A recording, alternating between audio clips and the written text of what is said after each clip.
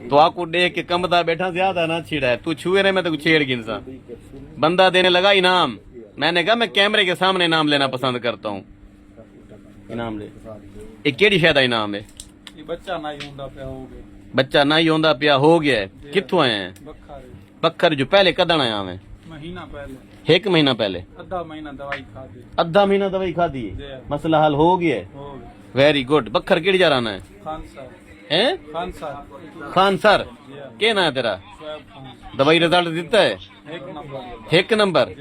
Very good. Pregnancy की दवाई है मेरे पास। अब आओ, इदास एक नुस्खा हमारे यहाँ चला आ रहा है, जब बच्चा नहीं हो रहा तो आप मेरे पास चले हैं। कोई ये एक और बंदा भी ना, एक और भी फंसा के ले, ठीक है? 2-3 और भी लेकर आ गए। मतलब चंद दिनों के इस्तेमाल से कितना सा हो गया था शादी को? 1.5 साल हो गया था। कोई उम्मीद भी नहीं, कोई उम्मीद नहीं थी।